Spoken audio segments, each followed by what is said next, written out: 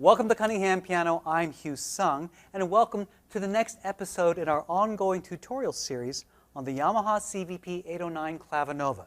This is Yamaha's most advanced digital piano, making it easy for a single player to sound like an entire band or orchestra. In this episode, we're going to learn how to play Edelweiss and record our performance.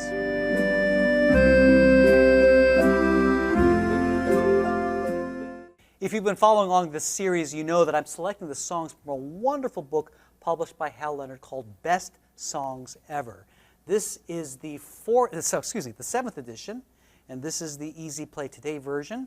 What I love about this book is the fact that the notes are printed really, really big with the names of the notes printed inside of the notes. Really, really cool. Great, great book for learning to play your favorite songs. As I mentioned, we're going to be learning to play Edelweiss, but learning how to record it. I don't know if you know this, but the CVP-809 is actually an incredible recording studio. But don't worry, you don't have to be a professional recording engineer to be able to take advantage of the powerful recording capabilities. In fact, what I'm going to do is I'm going to focus teaching you how to record on this as a beginner piano player. Okay? So, without further ado, let's kind of set up the song and maybe practice it before we start recording it. Okay? So first things first, let's go to the music and let's see if we can select the proper style. They suggest a waltz. Okay, let's go into our Clavinova. Let's go into the style selector, the left panel over here. Tap on that, and then tap on the search icon over here, and then we're going to look for the word waltz. Okay, hit OK. Lots of waltzes to select from. I think the best one is going to be Easy Waltz for this one. Hit close over here. We're going to do a few more things. Okay. Again, I want to focus on a beginner pianist just learning to play. I'm going to assume that you can at least learn to read the notes. I'm not going to go over the piano lesson with you here. But let's go ahead and tap on this keyboard in the middle and hold on to it until it brings up this menu. I want to make sure that if you have something else selected here, the fingering type, I want to use this left arrow until I get all the way to the first option, which is the single finger option. Okay? Something I went over the very first tutorial. This is where we can use one finger to play major chords, two fingers to play minor and seventh chords. All right? Quick review on how to do that. So again, let's take a look at the music. Just to review really quickly, you'll find the chords are indicated by these letters inside boxes. Okay? So on and so forth. So this letter by itself is a C major chord. So you just use one finger for that. Now you can play the G major as a single finger chord, or you can use the two finger system to play G7. I'll show you that again, just to review that for just a second. The minor chords is indicated with the letter M next to the letter. And again, that's also a two finger position system. So let's take a look over here. First, let's make sure that our auto accompaniment is turned on. All right? And we're going to also try something different. We're going to try a sync start over here. That means as soon as I play a note, okay, it'll start playing the harmony. In fact, let's do something else. I want to try one more thing over here. I want to turn on intro number 2. Okay? Intro number 2, and you'll see this is an introduction that will lead us into the piece, and the song will actually start when this is a solid light stops blinking. All right? You should be able to hear it in the music, but okay, let's go ahead and give this a try. The first chord is going to be C major. Again, we're having our introduction, so we're just going to hit C. This is all introduction here. Here we go. 1, ready, and C major. G7. White key next to that, C major, and F major, C major here, and A minor uses the black key, D minor, black key, and then white key for the G7. All right? So that's a quick review of how to play the single finger chords. All right, now let's get into recording. So to record a song, what we're going to do is we're going to tap on this little button over here. Here's the song control section. tap on this first button, which has a round circle, which is the universal symbol for recording. Tap on that, and then you'll see on the touch screen that our whole recording control panel now opens up. Okay? There are two main options for recording. We can either record a new MIDI file or a new audio file. Now, you may be tempted to say, well, this is an audio song, so I want to record that. But if you do that, you'll notice all those channels disappear, okay? And you can simply start recording just playing the way it is. Let me explain the difference between MIDI and audio. Now, I'm going to be dating myself with this example. When I was a kid, I learned to type on a typewriter. These were old-fashioned machines that used pieces of paper, and you'd push the key. In the old days, it was mechanical. You literally push this key, and this little hammer would come up and strike this little ribbon of ink, and it would impress the letter onto the page. Okay? And you typed words using this old-fashioned mechanical system. Then it came up with electric typewriters, which made it easier and faster. The problem is, every time you type a letter, it permanently kind of prints itself onto the page. Now, of course, we had things like whiteout, where you could literally paint white, a little white paintbrush to paint out wrong, misspelled letters and retype over them. But if I wanted to, let's say, take a whole sentence and move it to the end of the paragraph, or take a whole paragraph and move it someplace else, the only way I could do was to get a piece of, get some scissors and cut the page and retake. You really can't do that. Typing with a typewriter meant everything was permanent. That's a little bit like recording with audio. Once you record the audio, that's it. It's kind of permanent. Now, there are ways of editing audio, but it's much more difficult. MIDI is like typing on a computer. You write down a word, you make a mistake, you just hit the delete button, or you can copy and paste, and copy and cut, copy and paste. You can move things around. You can manipulate the words in an infinite number of ways. Working in MIDI for a musical instrument is like that, where I can play notes, and even if I make a mistake, I can move it around, I can fix it. There's a lot more flexibility. So we're going to be recording with MIDI. Okay? So having said that, let's go back to our screen. If you've accidentally tapped this, don't worry. You can always hit the new MIDI button to go back to the MIDI recording control panel. Okay? So we've got all of these instruments set over here. We're good to go. So all of these tracks are armed. Let me just kind of explain. The keyboard part, this is what you're going to be playing up here. All right? And the Clavinova, all of the accompaniment, all the band and the other sounds, the rhythm section, that's going to be what we call the style. Everything in this section, this is the style part. You can even see it kind of highlighted up here. The keyboard part, that's what you play, and the style part is what the Clavinova plays. We're going to record everything here. We're just going to record a first portion of the song over here. So let's go ahead and give this a try. So as soon as I'm ready to play, you'll notice that the record button is flashing over here. Okay? Now I want to set up, like I said, I want to set up the introduction over here. All right? And I'm going to also set sync start. So as soon as I hit a note, it'll start playing and start recording at the same time. All right? So let's go ahead and let's play through a little bit of this song over here. Okay? Here we go. Edelweiss. That's our introduction. C major.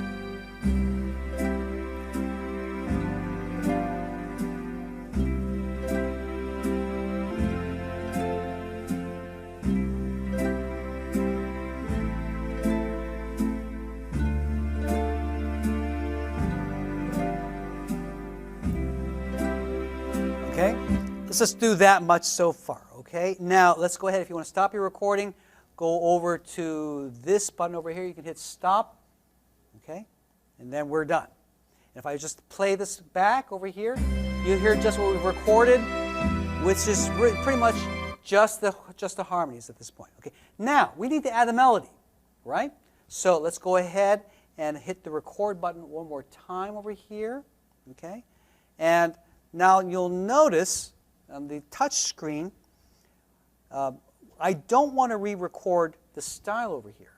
We've already recorded that portion. So what I'm going to do is I'm going to tap on Style All on the bottom here. Notice all of these REC recording tracks have been disarmed. So now when we record, this will not be recorded again. All right? Now the only thing we're recording at this point is going to be the main part or the left-hand part of the layer. Actually, what I want to do is I want to disarm the left hand and the layer. So the only thing I'm going to be recording is the main melody. Okay? So let's go ahead and do that. When we're ready, as soon as we start playing, we can get going. All right?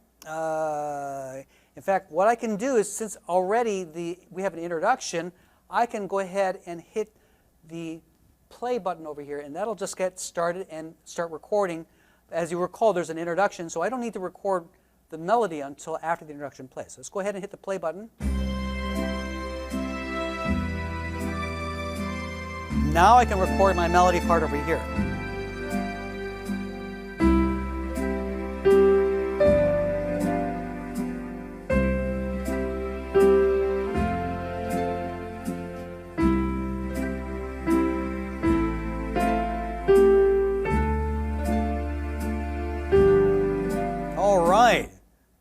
Let's go ahead and hear what that sounds like. All I need to do is press the play button over here.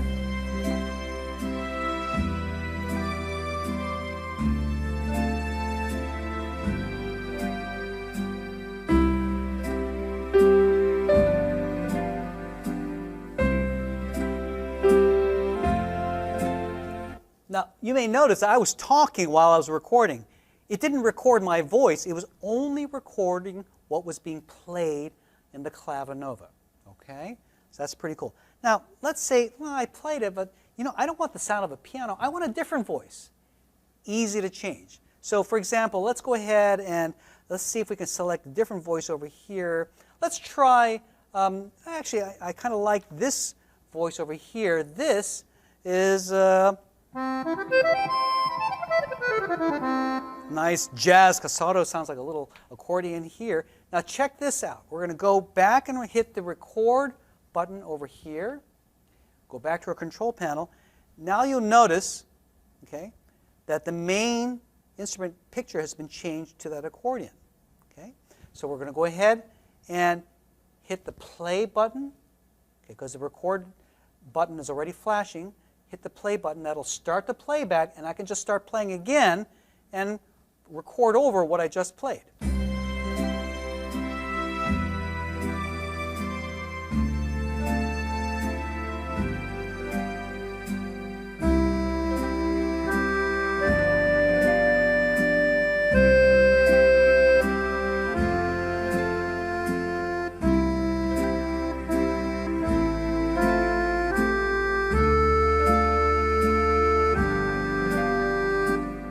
How cool is that?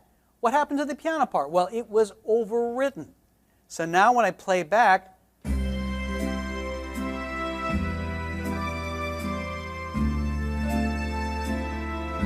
now you heard the new voicing.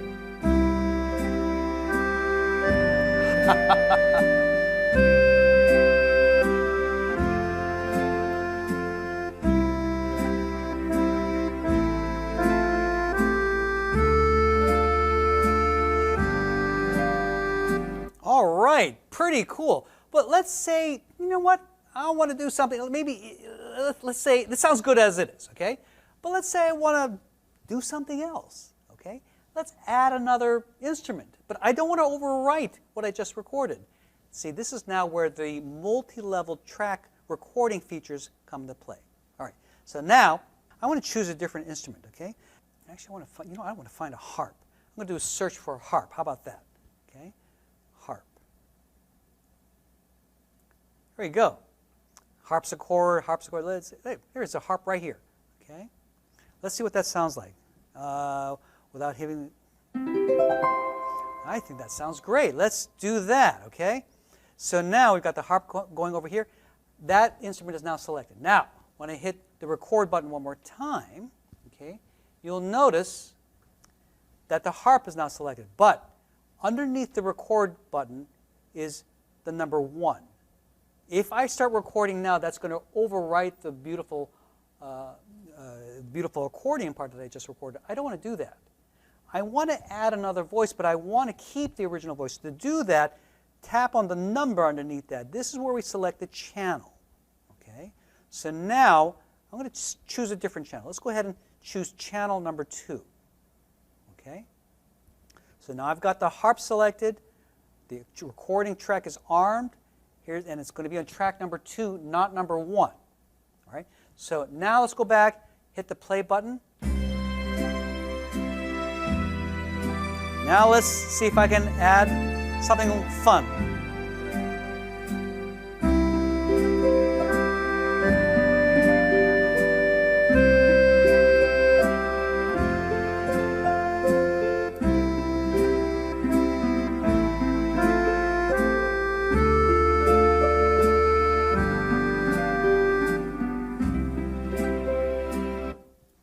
See, I kept my original voice and I added a harp layer. How cool is that? Now, let's hear how that sounds.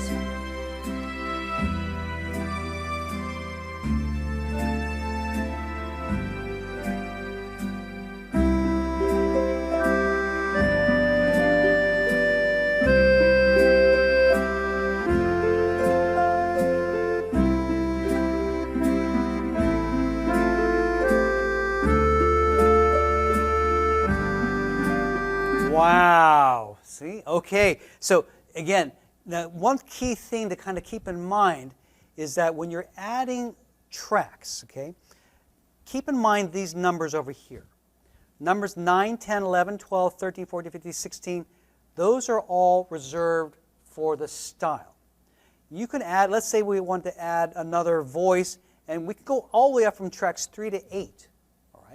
Once we start hitting tracks 9 and 10, now we're overwriting the other things. So we want to kind of avoid that. Right? But for our purposes, we at least have these 8 tracks that we can just add other things to as well. Just for fun, let's go back home. Let's choose another instrument style. Let's choose, oh, I don't know. Let's do something vocal. Let's do some, let's see, ooh. Let's choose some oohs. Let's see what this sounds like. How cool is that, all right? Now we've got that selected. Let's go ahead and hit the record button, okay? And now let's go back to the screen. Again, this is our main voice over here. Let's change the track, change it to track number 3, okay? And again, let's just go ahead and hit that play button.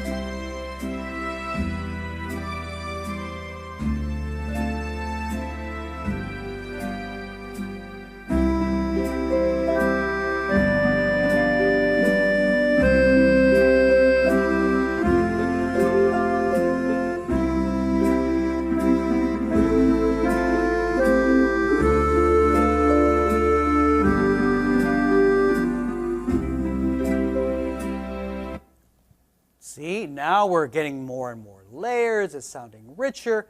How cool is that? Now we've got this beautiful recording. What if we want to save it? Okay, so let's go ahead and work on saving. Now I'm going to show you 2 different ways of saving it. We can save it directly into the Clavinova CVP-809, or if you want, you could use, if you want to share it with your friends, email it to somebody, we can save it onto a thumb drive. All right, first, let's go ahead and actually, you know, I'm going to go ahead and just plug this in. I'll show you where to plug this in. On the left-hand side of the Clavinova, there's actually a USB port, okay, where you can plug in a thumb drive like this. So go ahead and plug this in for right now. There you go. Now, let's go back to the screen and let's work on this. Right now, it's just telling me that the USB device is connected. To save it to the Clavinova or to the USB drive, on the right-hand panel here, this is where we can control the song settings. Let's tap on that, okay? And on the bottom over here, okay, you'll see an icon that has an arrow dropping down to a hard drive. By the way, if I went back to here, you'll also see that same icon. If I press that icon, it'll go directly to that. But if you miss it, don't worry about it. Just hit New Song, and you'll find that same icon on the bottom. So both ways, it goes into the option to save your song. Now, we have a couple options. We can either save right here. Okay, if I just save it right here, this is saving to the Clavinova itself. let's go ahead and do that right here. I'm going to go ahead and save this, hit delete, and we're going to call this Edelweiss. All right? So if I want to copy this to my thumb drive, what I can then do is tap on this little arrow up icon. Now I have two options. I can either do the user, which is the Clavinova itself, or the USB 1. That's where I want to go to, the USB 1. Okay? And so I can save here. To save here, there's another icon with the arrow going down to the hard drive. Tap on that, and then tap on Save Here. Okay? And it's the same name, okay? Or I can just give it the number 2. Hit OK. Now our Edelweiss is saved on this thumb drive over here. I can pull this out, and it'll now appear as a MIDI file. Now, here's the thing. The interesting thing is that the MIDI file, again, it'll sound great on a Clavinova. What's interesting is that it may not sound as great on somebody else's computer if they don't have the right drivers. So there's another interesting option that we can pursue. We can actually convert, once we've come up with the perfect recording, we can convert that to an audio file. Okay? So that way, if you send your file as an audio file, anybody can listen to it and it'll sound just as good as what you're hearing on your own Clavinova. All right? And it's a little confusing, but bear with me. Now, let me show you how to convert this recorded MIDI file into an audio file. So we've got our song already selected here. All right? In fact, if I can go ahead and do this, I'm going to go to the up arrow over here, go to the USB. We're going to navigate here. We've got that song selected over here. Now, so that's already active. On the bottom, take a look at this. There's a file and a left arrow. Tap on that. Okay? Now a whole bunch of new icons appear. A little mysterious here. All right? If you see the arrow with a little squiggly line through it, this is the icon for converting this file. Okay? And we see that Edelweiss has a little check mark next to it. So that means this file is what we're working with. Tap on this icon with the arrow and the squiggly line. Okay? And we're going to tap on Convert. Actually, watch out. Be careful. Audio Conversion 2, it's going to, now make sure you have the USB directory here. All right? Here we go. We're going to tap on Convert. Now what happens in the conversion process, it's actually going to play through the whole song.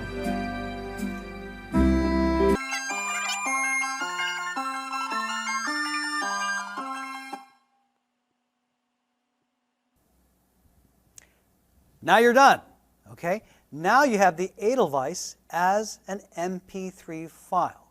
Now keep in mind, once it's converted, we can't do any more editing to the song within the CVP-809, okay? But now what's really cool is that you can take that file, pull out that thumb drive, and you can stick it in your computer, and then send that file to anybody, and it will sound just like what you recorded, okay? So again, save the conversion until the very end when you've come up with a version that you're happy with, convert the file, and then you could save it, you could send it to anybody else. You know, if you have any thoughts in terms of maybe wanting to go back and edit this, don't do the conversion. Keep it as a MIDI file. In fact, maybe a good idea is like what you saw me do. I saved one copy on the CVP-809 and another copy on the USB drive. Or you can simply add a different name. There's lots of different ways to change the file structure. Give yourself an extra copy. You can save as. In fact, let's go back and let me just quickly show you how you can save multiple copies just in case you want to go back to editing one of those versions. Okay, so let's go back. Okay, and let's go to our user 1 over here. Again, this is how we move to the directory. Okay, oops. Let's see if we can find it. So this is the audio file version. Okay. This is the MIDI file. I can see these tabs over here. This shows just audio files, and this shows MIDI files. Okay? If we went back to our USB drive, we did the same thing. You'd see this is the MIDI version, and this is the audio version. Is it over here? The audio version over here that we just converted. Okay? So, again, I'm sorry if I was a little confusing. The USB drive, we still have the MIDI file, so that doesn't get destroyed. Okay? You can still keep the original MIDI file, and then when it changes to the audio file, you'll still have both versions. Okay, it's just a little bit of a weird navigation system here. Okay, so, but actually I forgot. I was going to show you if I wanted to take this song, all right, and I wanted to save it again, or actually do this. I want to save it as a different name. I can go ahead and press on this icon again. All right, I can type in save here, and here I have the opportunity to maybe give it a different name. There you go. Okay. Now I've got Edelweiss 2, Edelweiss 3. All right. And this is the way you can make multiple copies of a given file. Now let's say you want to delete one of these. Go to the file over here. You see the trash can over here? Choose the file that you want to delete. Let's say I want to delete Edelweiss number 3. Then hit the trash can. Again, look at the make sure the check mark is next to the file you want to delete. Hit the trash can. Now this is going to be deleted. All right? So some simple file manipulations, file operations for this Clavinova. All right? So we covered a lot. Playing, of course, up to this point, and hopefully you're getting more comfortable with selecting styles, finding styles, playing accompaniments. But now, this is a simple way that even if you only can play one hand at a time, you can use all the different tracks of recording to really sound like a band and an orchestra and produce some beautiful recordings, all with your very own professional recording studio built in to the Yamaha CVP-809. Anyway, I hope you found these tips fun, helpful, and inspiring. If you have any questions or suggestions or comments, please be sure to leave them in the comment section below. And also, be sure to subscribe so that we can let you know whenever we have new content. For Cunningham Piano, I'm Hugh Sung. Thanks as always for watching, and I'll see you next time.